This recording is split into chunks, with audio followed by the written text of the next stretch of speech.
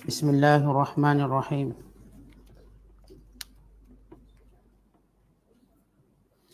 اعلموا أنما الحياة الدنيا لعب ولهو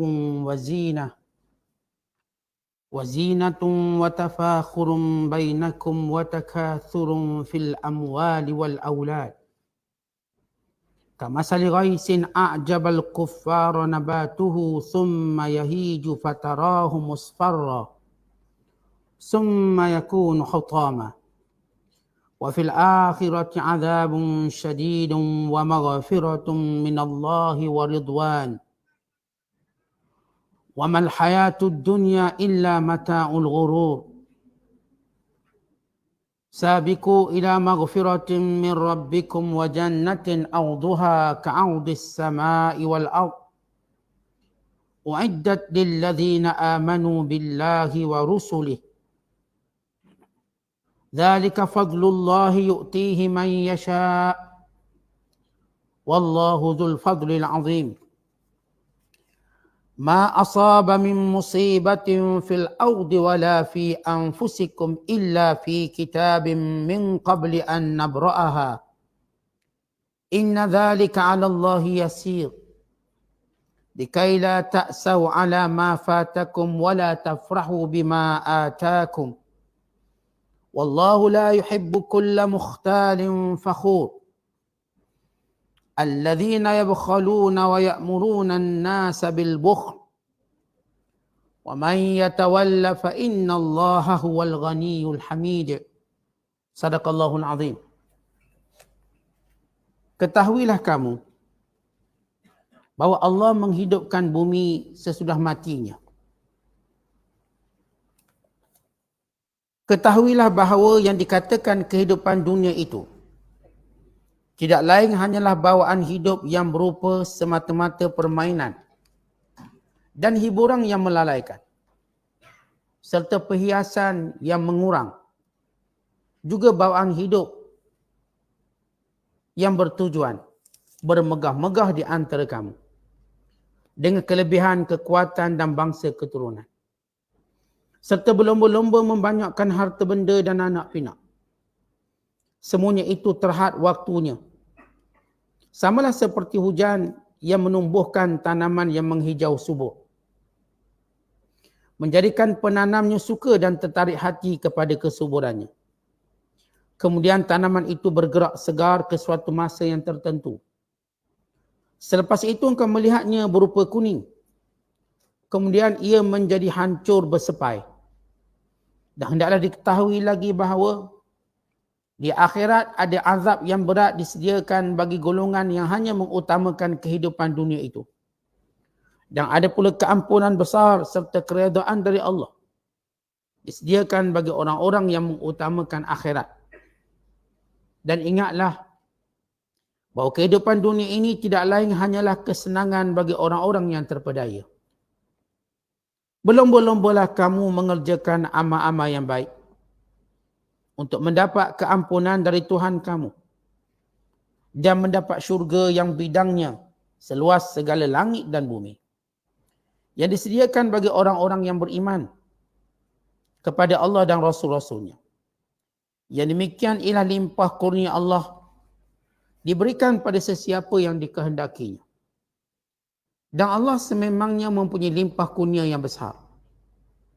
Tidak ada sesuatu kesusahan atau bala bencana yang ditimpakan di bumi dan tidak juga yang menimpa diri kamu, melainkan telah sedia ada dalam kitab pengetahuan kami sebelum kami menjadikannya. Sesungguhnya mengadakan yang demikian itu adalah mudah bagi Allah.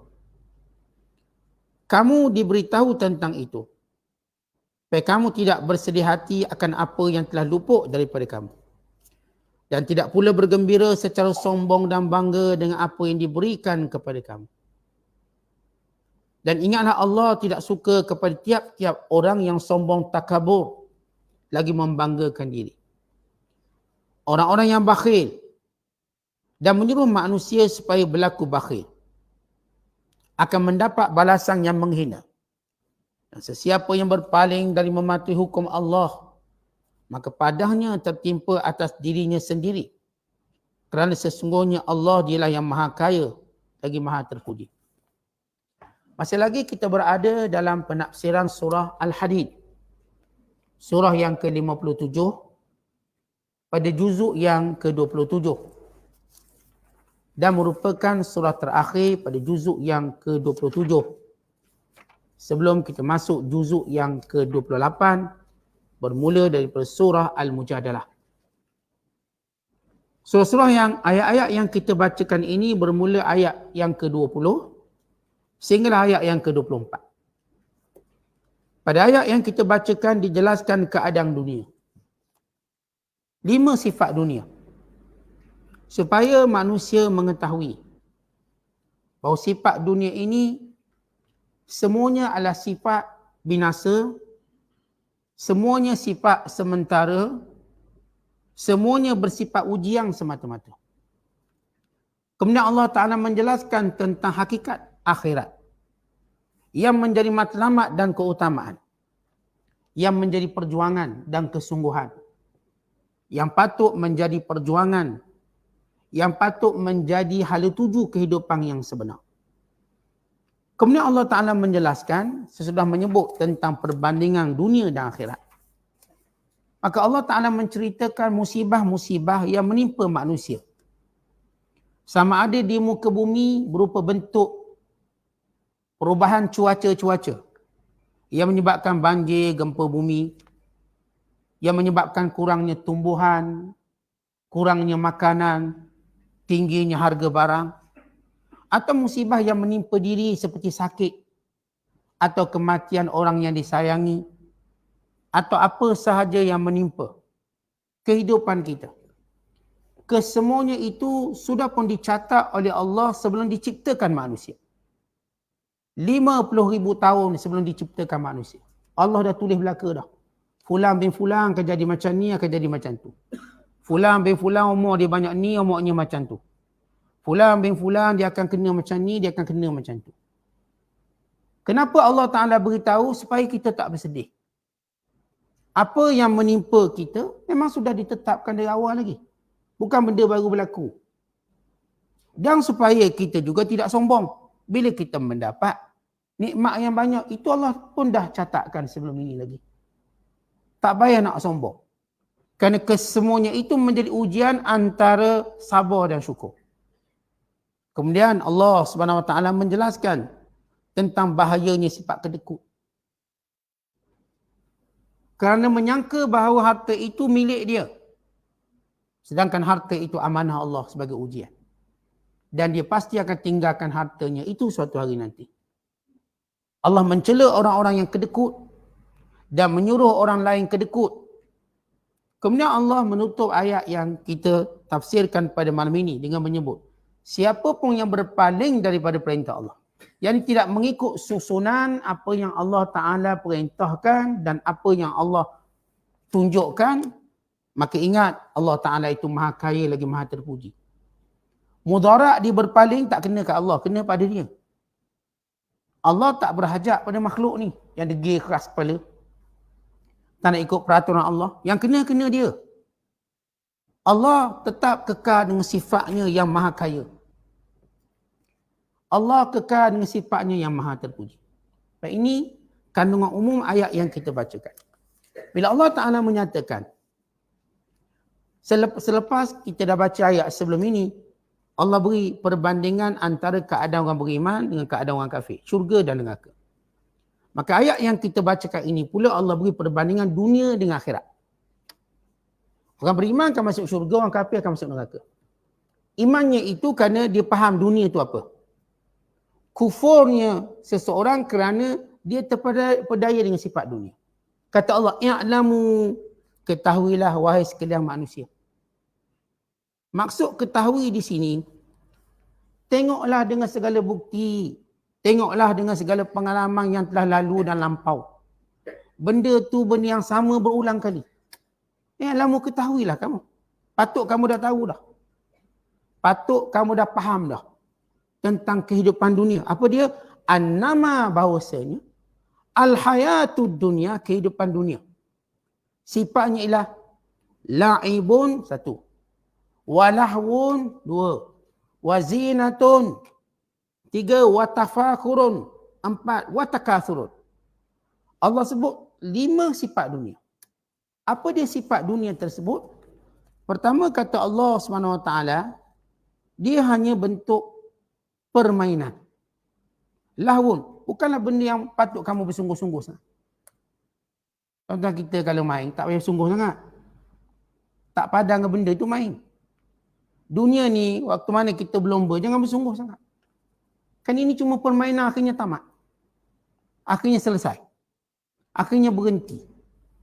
Maka orang-orang yang terpesona dengan dunia, terus tenggelam dalam permainan dunia, maka dia rugi.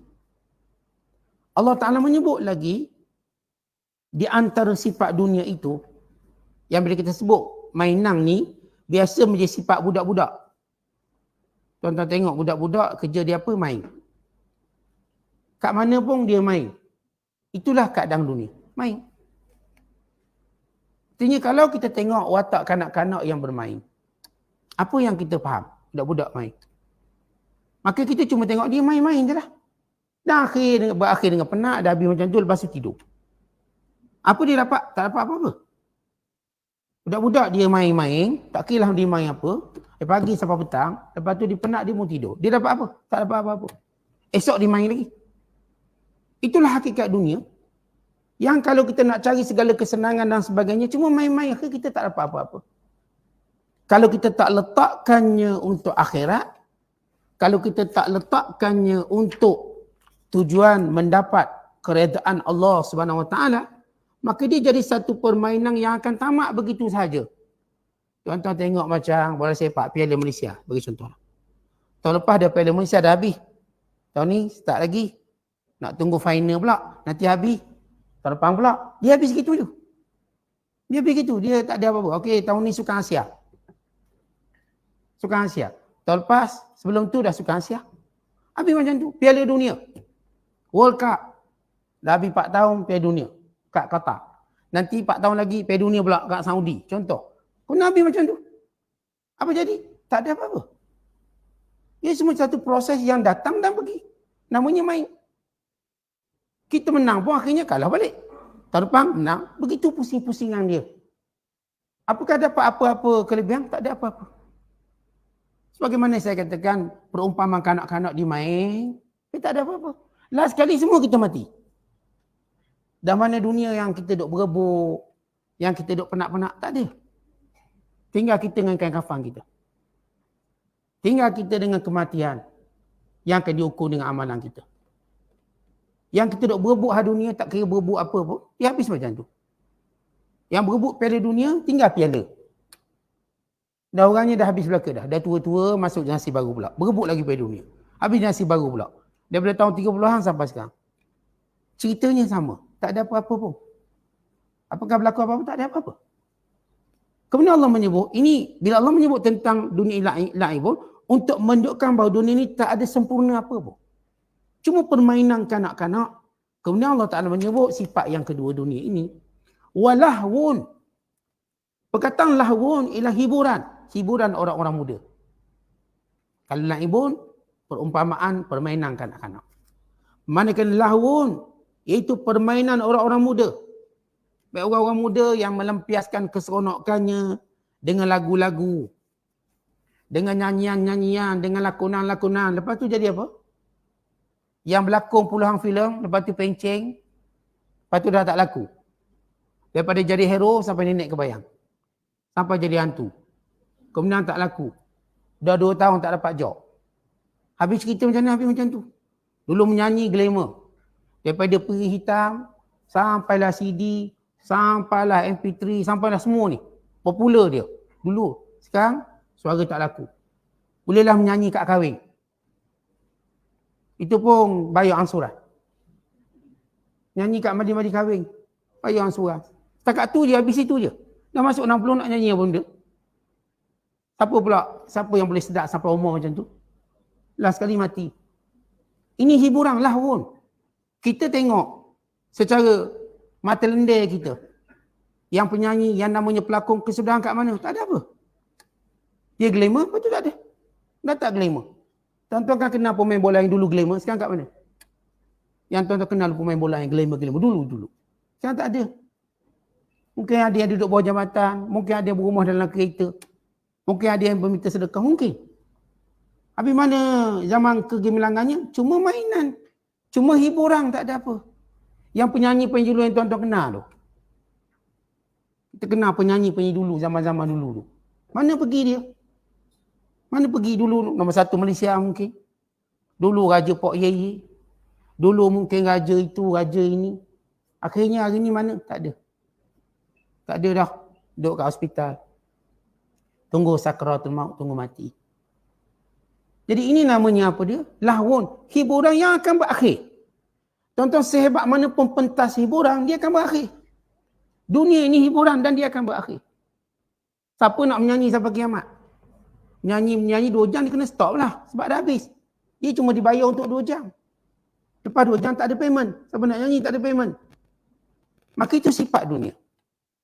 Semuanya Allah menggambarkan sebentar. Main sebentar, hibur juga sebentar. Kemudian Allah menyebut sifat dunia yang ketiga. Wazinatun. Cuma perhiasan. Dan ini perangai perempuan. Perempuan kan suka bersolek. Baik, bersolek tu tahan lama mana bersolek? Ibu-ibu yang bersolek selesa ke bersolek? Sekejap. Lepas tu, back to normal. Muka hantu macam biasa. Itu jauh lebih selesa duduk kat rumah. Yang kita duduk berbedak, bergincu, selesa tak sebenarnya? Sekejap untuk tunjuk kita lawa. Sekejap je. Kalau kita cikgu, tunjuk lawa sikit lah. Depan cikgu-cikgu lain, depan guru besar. Sekejap. Lepas tu balik tak ada dah ni. Tak tunggu balik. Masa tak akhir dah habis dah semua ni. Yang merah tinggal pucat. Kalau merah pun bekas sambal belacang tadi. Gincu dah habis. Yang bedak-bedak dah habis belaka. Nak cerita tentang zina ini perhiasan sifat sementara. Ibu-ibu tengok ataupun kawan wanita tengok. Kalau dia bersolek setakat mana dia suka bersolek. Last kali solek tu habis belaka. Habis. Dia pun akan tidur. Tak ada orang tidur bersolek. Orang dah tak tidur bersolek. Solek tu bila dia keluar rumah kejap. Tak ada orang ni bersolek, ni makcik nak mana ni, nak ke dapur masak tu bersolek. Tak ada. Dia untuk dia keluar sekejap. Lepas tu dia akan balik, dia jauh lebih selesa, tak ada solek apa-apa. Dia cuma bersolek supaya dia tak nampak uduh sangat. Dia tak nampak buruk sangat, tak dihina. Seolah macam dia tak ikut zaman semasa. Tapi jauh wanita-wanita lebih selesa tak bersolek. Sebab tu di rumah tak nak bersolek. Itu suami orang paling kurang tengok bini bersolek. Sebab apa? Bila duduk rumah memang tak ada solek. Tanya suami-suami depan-depan ni, kat mana bini kita bersolek kat rumah? Tak solek. Nak keluar dia bersolek. Siap. Dia mula gosok baju. Tak ada orang gosok baju sebab nak duduk dalam rumah. Dia jauh lebih selesa baju keduk-kedak tu. Kalau dia tak ke baju pun tak apa. Selesa begitu. Tengok orang pengantin. Ibu-ibu atau kita semua tengok yang pengantin tu selesa ke solekkan tu? Dengan pakaian dia tak selesa. Habis dia jadi, sebab tu dia panggil raja sehari. Hari kedua tak nak jadi raja dah. Letak jawatan. Bukan selesa jadi raja. Sehari je dengan solek, tebal, pakaian macam-macam. Dah kali buang belaka benda tu. Baju sedap sekali, baju kelawar tu sedap sekali.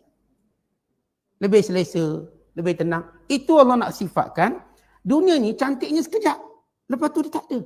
Yang saya sebut tadi perumpamaan, kalau wanita dia suka bersolek, last kali solek tu semua hilang. Dia lebih selesa dalam keadaan tak ada apa-apa. Tak ada apa-apa dah seronok. Dia tidur dalam keadaan tak ada apa-apa. Tidur tak ada apa-apa. Kalau nak keluar bawa solek balik. Lepas tu balik rumah dah hilang solek dia. Itu dunia. Kalau kita nak nampak comel, sekejap je dunia ni. Tunjuk kereta kita besar, sekejap je. Pagi masuk rumah orang pun dah tak tengok kereta kita. Tunjuk kita jam mahal, tunjuk kita kasut mahal, lepas kita dah tangga dekat luar, orang nampak kita kaki ayam juga. Sebab itu bila kita pergi umrah, kita pergi haji, kita buang semua hiasan tu. Tinggal kain putih, kain ihram. Bahkan tak dibenarkan kita pakai kasut. Kasut yang kita mahal-mahal tu last sekali orang kaya pakai selipar Jepun je. Selipar biasa. Tak ada orang pun tengok nilai selipar dipakai. Tak ada seorang pun bila pergi umrah dan haji orang melihat apa yang paling bernilai di badannya. Mereka semua orang berfikir bagaimana mentaati Allah. Tak ada lagi kosong dah. Hiasan tak ada. Dan bila mana kita tengok orang mati, adakah orang mati dihiaskan? Tak ada, cuma kain kafan. Dah tak ada dah solatkan, tak ada dah hiasan. Dia habis macam tu je. Akhirnya akan berulat, busuk. Makin ni dunia zinah, perhiasan sifat sementara. Kemudian Allah menyebut sifat yang keempat. Kata Allah, tafakhurun. Cuma sifat berbangga. Tentang yang kita seronok nak dunia sangat sebab apa? Sebab kita ada keinginan nak bangga. Saya ada anak lebih ramai daripada dia. Saya ada suami lebih berjawatan pada dia. Bangga ni. Saya ada kereta lebih bagus pada dia. Saya ada rumah besar pada dia. Saya ada kerja lebih besar gaji pada dia. Kita nak bangga. Tuan-tuan, kalau kita tak ada keinginan berbangga, kita pun tak kisah apa benda kita ada. Kerana kita juga nak sikit lah rasa kebanggaan tadi. Sebab tu kita ada malu kalau kita tak dapat macam orang lain dapat. Kerana keinginan berbangga tu wujud. Tapi tuan-tuan sekalian, kesudahan berbangganya apa? Semua benda yang kita banggakan itu, kata ulama, faniyatuz zailah. Habis macam tu. Tuan-tuan nak bangga dengan apa? Jawatan. Last kali kita pun pencen. Pencen lah kita. Nak kerja lama mana? Pencen jadi pengarah. Ada pencen jadi menteri. Ada pencen jadi YB. Ada pencen jadi CEO. Ada pencen jadi tokeh. Pencen dah Ustaz, saya berikan anak-anak dah berniaga. Last kali apa benda kita nak bangga? Tak ada apa. Kita cuma tinggal lagi gelaran warga tua. Kita ni warga sakratul maut. Warga tunggu mati. Tak ada apa dah kita ni. Tuan-tuan, kalau tuan-tuan masuk umur 70-80, tuan-tuan nak bangga apa? Kulit dah keduk. Jawatan dah tak ada. Kita punya kekuatan pun dah hilang semua. Nak makan pun dah tercungak-cungak. Macam habis nafas. Itu makan, jangan suruh berlari. Makan pun dah macam nak habis nafas. Kalau suruh berlari tu go mati. Itu kita bila sampai umur tua. Apa yang kita ada nak bangga? Sebab tu bila datang, kalau Allah Ta'ala panjangkan seorang, sehingga umur tuanya, untuk Allah lenyapkan kebanggaan dia. Tapi kalau dia sombong juga bila tua, itu memang dapat tanda suruh khatimah. Kadang-kadang Allah beri kita tua. Supaya yang dulu-dulu yang kita bangga, kita gagah, kita belasah orang banyak tu, yang dulu kita kata kita petah bercakap, hari ni semua tak ada. Kita dah gagap. Banyak perkataan dah lupa. Kadang-kadang lupa sebut nama anak-anak kita. Sebab dah tua. Lupa beberapa perkataan yang biasa kita guna. Tergagak-gagak kita bercakap untuk terang apa maksud kita. Supaya kita sedar kita tak ada apa-apa. Tak ada lagi benda nak bangga. Kalau dulu kita seorang ahli pemidatu yang hebat. Kalau kita dahulu seorang yang punya tubuh yang mantap. Orang yang gagah, perkasa, semua tak ada. Dan Allah sebut sifat kelima, takasurun. Sikap kita manusia suka nak ada benda banyak. Nak pengikut banyak. Followers banyak. Friends banyak. Kita ada perangai nak banyak. Sebab itu manusia satu-satu makhluk yang suka menyimpan. Ia tidak ada pada binatang. Ia tak ada pada makhluk lain. Harimau, gajah, tak kira pemangsa mana-mana, mereka tak simpan apa-apa pun. Even makanan pun mereka tak simpan.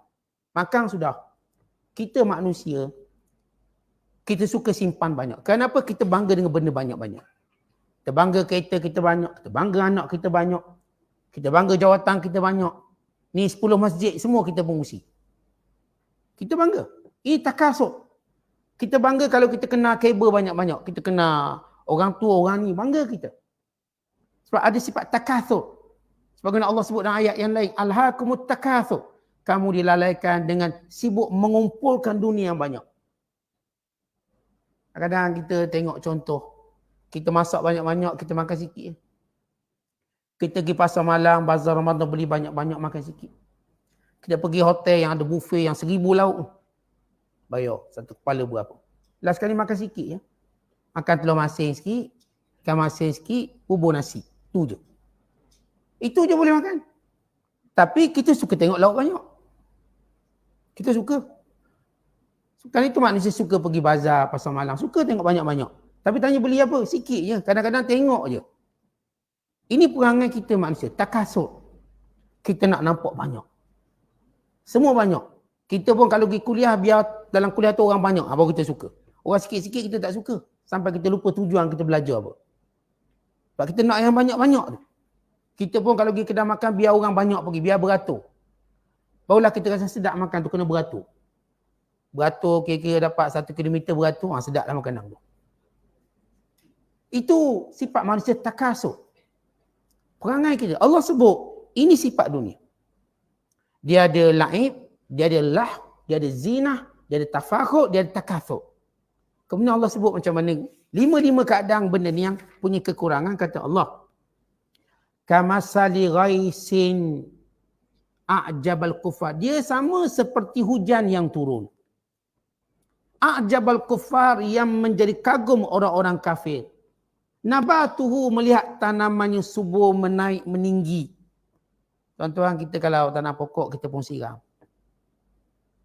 Campur pula hujan, kita kata tak payah siram, hujan dah turun. Hujan dah turun, tak payah siram. Maka tumbuh pokok ni dengan menghijau, dengan berbunga, dengan berbuah. Tanya orang berkebun, seronok tak tengok pokok-pokok bila berbuah? Seronok. Seronok tak tuan-tuan bila kita tanam pokok bunga tiba hidup, kemudian keluar kelopak bunga, Allah seronok. Tanam pokok kaktus pun tak apalah. Tengok ada bunga kaktus, suka kita. Sementara orang yang tanam untuk dikomersialkan, dia tanam buah-buahan untuk dikomersialkan, tanam padi untuk dikomersialkan, seronok tengok hijau, kemudian kekuningan hasilnya, masak. Kata Allah, bandingan dunia ini seperti tanaman yang turun hujan lalu subur meninggi. Kemudian kata Allah, summa yahiju fatarahu musfarra, kemudian mula mengecut, mula kering, mula layu, fatarahu musfarra, lalu kamu melihat dia mula kekuningan, air dah tak ada dalam batang, dalam daun. Mula dah berlaku proses fotosintesis, hijau daunnya, hijau batangnya. Dah lama pokok dah buah, kita pun dah harvest, kita pun dah tuai, dia mula menguning. Air dah tak boleh masuk kat batang, tak boleh masuk kat daun. Tak ada lagi proses fotosintesis berlaku. Maknanya apa? Pokok ni dah nak mati. Air dah tak boleh masuk, siram pun tak guna. Kalau tuan-tuan biasa tanam pokok, dah berbuah, tuan-tuan petik. Kalau siram masa tu guna tak? Tak guna dah. Dia tak boleh masuk air, tak boleh terima. Sama macam kita dekat nak mati, sumbat air pun dah tak masuk. Kita dah mati, dah kering semua ni. Proses pengeringan air dalam badan. Semua dah tak ada dah. Kata Allah, bandingan dunia ini bagikan tumbuhan hijau yang subur disiram oleh air hujan. Kemudian mula mereput, melayu, kuning. Kemudian kata Allah, summa yakun hutama, kemudian dia pun hancur lebur. Begitulah keadaan rupa dunia. Memang nampak hijau, kita tengok kita dulu kan menghijau besar. Masuk umur 20-an, lawa tak muka kita umur 20-an? Tegang, tengok gambar umur 20-an, tegang kulit. Masuk 30-an nampak lawa handsome. Tak ada pun yang putih kat kepala, kat janggut, kat misai, tak ada. Tengok gambar sekarang umur 60, umur 50. Putih belaka dah tak segak dulu. Tak segak. Kalau cuba kita segakkan badan kita, tegakkan, slip disc terus. Tak boleh nak kerah macam tu. Repuk dah tulang. Itu kalau langgar-langgar apa pun patah tulang. Dulu kalau main bola, belaga pun tulang keras. Sekarang, silat langkah tangga patah tulang. Sekarang dengan umur tua. Tanyalah orang tua tu. Silap, sikit je silap. Salah duduk kuliah, salah miring sikit. Terus slip disc. Tak boleh tu cari tiang, nak kuliah cari tiang. Saat tu kalau saya duduk kat tiang, Ustaz jangan marah, saya dah sakit belakang. Kadang-kadang menyengging, kenapa? Buasih Ustaz. Dah kena corner baring lah. Kata itu kita manusia, tak payah sombong lah. Kesudahan dia habis ke situ. Dia tak akan habis cara lain, dia habis macam tu. Dia macam tanaman, menghijau, berbuah, kekuningan, hancur. Contoh kita tengok ribuan dah manusia depan kita, kita bukan orang pertama akan mati. Kita bukan orang pertama, kita cuma laluan, mengikut laluan orang dah mati. Mak ayah kita dah mati, nenek moyang kita dah mati, abang-abang kita dah mati, kakak-kakak kita dah mati, kawan-kawan kita dah mati, classmate kita dah mati. Kita tunggu ni. Kita queue ni. Kita dengar queue. Tak ada benda yang kita tunggu. Kemudian kata Allah begini. Dalam penutup beri perumpamaan dunia dan kematian, kata Allah, wa fil akhirah. Dan ingat, kita ada akhirat. Di akhirat itu ada dua benda yang Allah sediakan. Pertama, azabun syadid, sama ada azab yang pedih. bagi orang yang tidak manfaatkan dunia ini untuk buat kebaikan dan ketaatan. Bahkan dia ikut dunia dengan main-main, dengan berseronok, dengan bangga-bangga. Last kali dia mati, yang menunggunya nanti azab yang pedih. Atau kata Allah, wa maghfiratum minallahi wa ridwan, keampunan dari Allah dan keridhaan. Tuan-tuan, kita bila mati, kita cuma ada dua benda depan kita tu. Azab atau keampunan dan keridhaan Allah. Maka beruntunglah orang yang mendapat keampunan dan keridhaan Allah. Maka rugi dan serugi-ruginya orang yang menunggunya ialah azab. Tuan-tuan, kita nak lari ikut mana lagi? Yang pasti, pertama kita akan mati. Itu pasti. Dan Allah beritahu kita siang-siang ni. Dia beritahu awak, depan kita ni ada dua je yang akan jadi pilihan kita. Wa iman neraka, wa iman syurga. Jadi pilih di sini. Syurga neraka bukan kita pilih kat sana. Kalau pilih kat sana senang. Senanglah pilih kat sana. Dia bukan pilih kat sana, pilih kat sini. Kita mengundinya kat sini. Kat sana tahu keputusan. Kalau kita milih jadi baik, jadi soleh, bersabar dengan segala ujian-ujian yang kita hadapi, maka Allah menjanjikan setiap ujian itu pengampunan dosa. Dan Allah menjanjikan setiap ketaatan itu keredaan Allah. Tetapi bila kita sabar dengan ujian Allah dan takdirnya, maka Allah ampunkan dosa kita. Bila mana kita buat ketaatan dan perintahnya, maka kita dapat redha Allah. Kita ada anak. Kalau anak tuan-tuan ikut je benda yang kita suruh dibuat, kita redha tak kat dia? Redha, kita suka. Kita suka kat dia. Anak yang paling kita suka, bukan anak pertama, bukan anak kedua, bukan anak lelaki, bukan anak perempuan, anak yang dengar kata. Yang kita suruh dia buat. Kadang-kadang belum suruh dia dah buat dulu. Allah tawarkan dua benda, keampunan. Untuk apa? Untuk kita hidup di dunia, sabarlah dengan segala bentuk ujiannya. Sebab dunia ini tak ada orang tak diuji. Dunia ini tak ada orang pun gembira tanpa sedih. Dan tak ada juga orang sedih tanpa gembira. Semua tu ada. Untuk kita bersyukur dan bersabar. Selama-lamanya kita tak boleh untuk gembira. Dan selama-lamanya kita tak akan bersedih. Tak mungkin. Semua orang dalam dua keadaan. Manusia akan ada masa dia tetap ketawa walau seberat mana ujian dia. Manusia akan tetap ada waktu dia menangis walau semewah mana nikmat dia dapat. Kalau katakan kita dapat semua benda dunia ni tuan-tuan, apakah kita tak menangis? Kesedang menangis juga akhirnya. Menangis kematian ayah, menangis juga. Memanglah kita bahagia. Ayah kita, mak kita semua baik-baik belaka adik-beradik. Tapi di sini tetap kita akan menangis juga. Last kali ayah paling baik tu kita sayang, mati dia. Isteri yang paling kita sayang, mati dia. Akhirnya kita menangis juga. Walau beribu nikmat kita dapat. Tak pernah ada masalah dalam keluarga. Tak pernah ada masalah duit, tak ada masalah kesihatan. Tapi hidup ni ada laku kematian. Akhirnya kita menangis kehilangan orang kita sayang. Di kat dunia, tak ada orang tak tahu. Dan tak ada orang yang tak menangis. Cari siapa dia? Orang yang saya katakan berada dalam semua bentuk kesedihan, tetap ada hari dia akan ketawa. Tak mungkin dia menangis pada masa dia akan ketawa juga. Kerana Allah tak akan berikan manusia melainkan nikmat dan ujian ini. Kemudian kata Allah SWT, wa mal hayatud dunya, kan itu kami katakan, kami tegaskan, kehidupan dunia itu illa mata'ul ghurur, cuma nikmat yang menipu. Kalau dunia ini kita nak cari nikmat, dia menipu. Kalau dunia ini kita nak cari taat dan ibadat, maka kita untung. Kalau dunia ni tuan-tuan kita nak cari gembira, ikut hawa nafsu, kita kena tipu. Ni orang kafir, dia nak gembira dengan segala lagu-lagu dan konsert.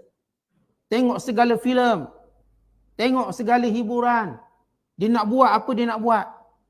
Ni ada satu tempat, dia punya seronok, dia lancarkan di kempen membeli belah dengan keadaan telanjang. Penuh ni, pakai telanjang belakang tolak troli. Sebab apa dia nak rasa macam seronok? Kita pun tak tahu dia seronok macam mana benda tu. Tapi begitu cara dia menterjemahkan seronok. Pakai 30-40 orang pergi beli belah. Apa benda nak beli kita tak tahu. Dan keadaan macam tu, keadaan rupa dia. Ini semua kerana dia nak gembira. Dia nak seronok. Tapi apa kesudahan dia? Mata'ul ghurur, cuma nikmat yang menipu. Yang berseronok makan, akhir mati sebab makan. Yang berseronok hiburan, akhirnya makin dia rasa tak gembira. Tentang manusia ni, kita tak boleh overload. Tak boleh terlalu melampau. Kalau kita berhibur sangat, last sekali kita akan rasa kekosongan. Itu yang saya kata, kalau kehidupan orang kafir ni, hiburan tu nombor satu. Tapi jiwa mereka kosong. Akhirnya kita pun tengok, penyanyi-penyanyi terlibat ngedadah, mati kerana obat tidur, mati kerana depression. Malah dia menyanyi. Dihibur, duit pun banyak. Tapi last kali dia tak ada pun kegembiraan. Dia tak ada kegembiraan. Akhirnya mereka terpaksa cari hutang-hutang untuk rasa kembali seronok. Mereka masuk hutan. Seolah-olah yang bahagia sebenarnya orang asli sebenarnya. Yang dah lama duduk dalam hutan. Buat pula hotel dalam hutan. Nak gembira. Mereka cuba menikmati gembira dengan tengok gajah. Dengan tengok binatang-binatang. Dengan tengok sekian. Hati mereka cukup kosong. Cukup kosong. Kemudian Allah Ta'ala menyatakan, Sabiku, dek kerana itu berlomba-lombalah kamu ila maghfiratin min rabbikum, kepada keampunan Tuhan kamu. Wa jannatin, dan berlombalah untuk dapat syurga. Arduha, luasnya, ka'ardis sama'i wal ard, seluas langit dan bumi. Uiddat, yang disediakan lilladzina amanu, kepada orang-orang yang beriman. Billah, dengan Allah, dengan sungguh-sungguh ikhlas dan mengharapkan pahala. Wa rusulihi, dan rasul-rasulnya, dengan memuliakan para rasul, mengikut sunnahnya. Dzalika fadlullah, demikian itu kurniaan Allah. Yu'tihi, yang Allah berikannya, man yasha, kepada siapa yang dikehendakinya. Wallahu, sesungguhnya Allah itu zul fadlil azim, pemilik kurniaan yang besar. Allah nak beritahu, tuan-tuan sekalian, kita bila melakukan amalan dan ketaatan, pahala kita dapat. Bukan ketaatan yang kita boleh buat itu semua kurnia Allah. Yang Allah beri pada siapa kehendaki. Sebab itu, bila kita ni diilhamkan oleh Allah untuk solat, untuk buat taat, maka syukur pada Allah. Ini kurniaan Allah.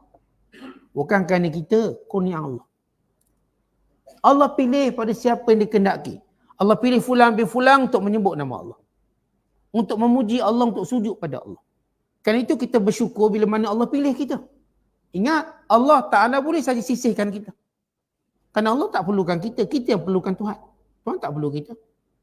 Allah boleh tukar gantikan dia. Sebab itu kita tengok ada orang yang terbiar, kemudian taat. Ada orang yang taat, kemudian dibiarkan oleh Allah. Terbiar dia. Kenapa? Kerana apa yang kita perolehi dalam mentaati Allah, ini kurniaan Allah. Tuan-tuan, kalau kita faham ini kurnia Allah dengan maksud apa? Jangan bangga, jangan sombong. Maksudnya apa? Minta dengan Allah. Sebab itu Nabi ajar pada sahabat dengan doa, Allahumma a'inni ala zikrika wa syukrika wa husni ibadatika. Ya Allah, bantu aku. Tolong aku untuk sentiasa menyebut nama-Mu. Bersyukur atas nikmat-Mu. Memperbaiki ibadatku padamu. Tuan-tuan, kita minta dengan Allah. Yang kita duk buat ibadat hari ini kurnia Allah. Ini apa yang Allah berikan pada kita, bukan kerana kita rasa, oh, saya yang lebih berupaya, saya yang pandai, ini memang keturunan saya. Jawapannya tidak. Semua yang kita dapat dalam mencari keampunan Allah dan keredaan Allah SWT datangnya daripada kurnia Allah. Sebab itu kata ulama, ketika mana membicarakan zalika fadlullahi yu'tihi man yasha wallahu zul fadlil azim, ai inna hadzal jaza' al maw'uda bihi wa huwa al jannah wal maghfirah mujarradu fadlin minallahi wa rahmatin min wa laysa wajiban alaihi. Ketahuilah, kata para ulama, bahawa bila Allah sebut demikian itu kurniaan yang Allah berikan pada siapa yang dikehendaki, Allah itu maha luas kurniaannya, lagi maha agung. Maksudnya janji yang Allah janjikan kepada orang yang mentaati Allah dengan syurga, dengan keampunan, itu semua adalah kurniaan Allah, bukan nilai ibadat yang kamu buat. Kalau ibadat yang kamu buat tak berapa sangat harga dia tu. Tuan-tuan, kita yang kita solat, kita taat pada Allah, yang memungkinkan kita masuk syurga, nilai ibadat kita tu tak seberapa. Dalam hadis, bila Nabi SAW menyatakan, Ala inna sil'atallahi ghaliyah. Ala inna sil'atallahi jannah. Ketahuilah, barang yang Allah nak beri, panggil sil'ah. Sil'ah ni barang yang Allah nak tukar, nak beri kat kita, mahal sangat. Mahal. Dan barang yang mahal ini ialah syurga. Contoh kita ambil naftarik, kita beri contoh mudah. Kat dunia ni agak-agak benda yang mahal sekali. Orang macam kita lah, kita sebut orang macam kita. Helikopter. Tak helikopter lah. Yang harga agak-agak 10 juta. Orang macam kita ni agak-agak boleh beli tak? Kalau kerja sampai pencing, tak makan, tak minum, tak berak, tak kencing, tak bernafas sekali, simpang duit, agak-agak boleh beli tak helikopter? Tuan-tuan depan saya ni. Ada boleh beli helikopter? Up sikit. Beli private jet. Ada boleh beli private jet. Yang ada tanah getah, tanah sawit, jual-jual belaka. Agak-agak boleh tak beli private jet? Tak mahal 10 juta dolar USD macam tu lah. Tak boleh. Atau beli Bugatti sebiji, boleh Bugatti. Campur tolak cukai semua 24 juta. Ni Rocktek 25,000. Tahu. Boleh tak beli Bugatti? Kata simpan duit tu kita beli Bugatti. Dia tengok nama kita dah tak layak. Bugatti, kalau nak beli kereta Bugatti, dia akan cek. Kalau orang tu ada yacht, ada private jet, boleh dijual. Kalau orang tu kosong, tak ada apa. Cuma ada gerai kau pisang je, jangan harap. Tak jual. Atau cuma adalah kerja gaji pencen sikit-sikit, dia tak akan jual. Tuan-tuan, ini baru dunia. Kita nak beri satu teknologi, ini baru dunia. Tuan-tuan yang dah pencen duit banyak tu, berapa juta lah sekali pencen?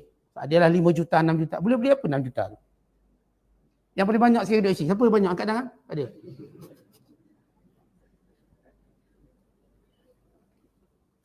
Yang dah kerja lama, sampai boleh kumpul ke DSP. Ni ada seorang hamba Allah kau, Ustaz, saya nak tanya ni zakat ke DSP. Saya kata, awak punya ke DSP ada berapa? Ada 60 juta dia cakap. Dia cakap lah ditipu lah, saya tak tahu. Oh banyak. Ini paling banyak saya dengar ke DSP ada 60 juta. Baik, 60 juta boleh beli apa? Agak-agak lah boleh beli apa 60 juta. Pakai nak beli satu pesawat Boeing tak lepas. Dia Boeing kecil sekali tu, tak lepas. Tuan-tuan, ini syurga. Kita sembahyang banyak mana untuk layak dapat syurga? Semua kita nak beritahu syurga ini kurnia Allah. Yang kita buat ibadat sampai ke mati, belum cukup untuk membeli syurga. Kalau tidak, kerana kurniaan Allah pada kita.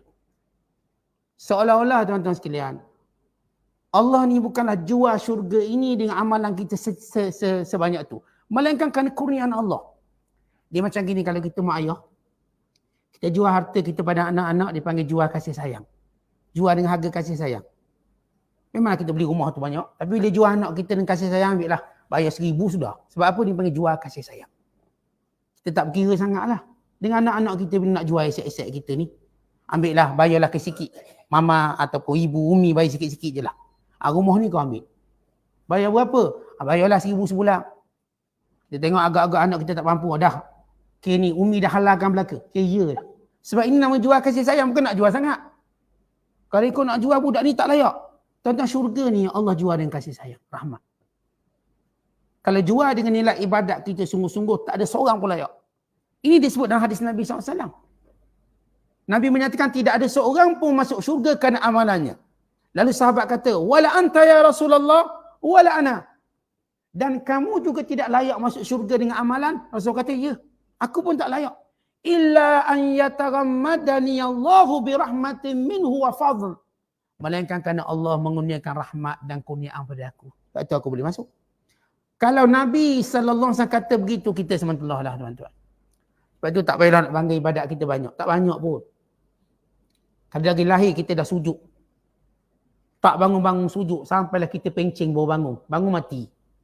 Pun belum punya nilai cukup untuk beli syurga. Ini kurnia Allah. Supaya tuan-tuan, kan itu kita katakan hidup ni kena banyak syukur. Kan itu bila ada masalah sikit-sikit, jangan cepat ngeluh sangat. Banyak syukur. Kalau orang faham hakikat ini, kurnia Allah, tak ada seorang pun berani mengeluh. Kadang-kadang kita duk mengeluh pada satu musibah kecil, sampai kita lupa gunungan nikmat yang dah ada di badan tubuh kita. Sikit je masalah kita ni, tak banyak. Tapi itu yang mengeluhnya panjang. Dengan nikmat yang banyak. Sehingga kalau saya kata orang faham akan kurniaan Allah dan juga apa yang Allah beri pada kita, nescaya kita malu untuk menyebut, malu untuk kita katakan menzahirkan rasa sedih kita. Mereka hidup ini penuh dengan syukur. Sebab itu Allah sebut dalam Quran, wa qalilum min ibadiyasy syakur. Sikit je hamba-Ku yang syukur, sikit. Ramai hamba sabar. Syukur tak ramai. Yang tuan-tuan tengok, jangan tengok orang kita lah. Dengan nikmat ada 1000, musibah satu je. Yang tu lah kita ngeluh 10 tahun. 10 tahun. Tak puas hati lagi sampai sekarang. Dengan musibah tu tak puas hati sampai sekarang. Nikmat tu tak pernah pandang. Ini kita katakan betapa lemahnya kita. Sebab itu Allah Ta'ala suruh kita tengok kurnia Allah yang agung, yang besar. Keampunan dan syurga itu bukan kerana amalan kita itu cukup, melainkan kerana kurnia Allah Ta'ala. Jadi Allah janjikan syurga ini sebagai satu janji kurniaan. Bukan janji kerana timpal balas amalan ibadat kita yang cukup. Tak ada. Ini janji kemuliaan. Ini janji kurniaan. Supaya kita terus bersyukur pada Allah dan terus mentaati Allah. Wallahu a'lam bishawab. Assalamualaikum.